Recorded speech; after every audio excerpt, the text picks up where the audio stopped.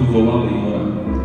E levando consigo Pedro e os 2 filhos de Zebedeu, começou a entristecer-se e a angustiar-se muito.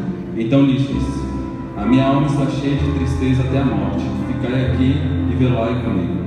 E indo um pouco mais para diante, prostrou-se sobre o seu rosto e orando disse: meu Pai, se é possível, passe de mim este cálice. Todavia, não seja como eu quero, mas como tu queres.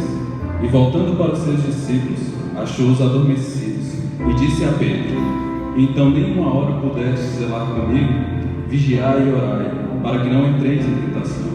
Na verdade, o espírito está pronto, mas a carne é fraca.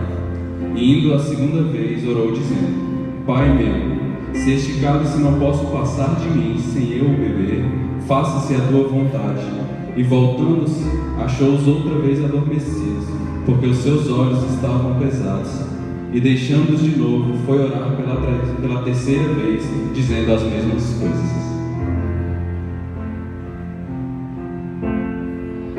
No Getsemane foi que meu Jesus orou, se entregando ao Pai mais uma vez. Logo vieram pessoas para o levar para a maior das provações. Ele tanto amou, tudo suportou. Ele carregou a nossa cruz. Oh, escravos das mãos, seu corpo a sofrer naqueles momentos de dor.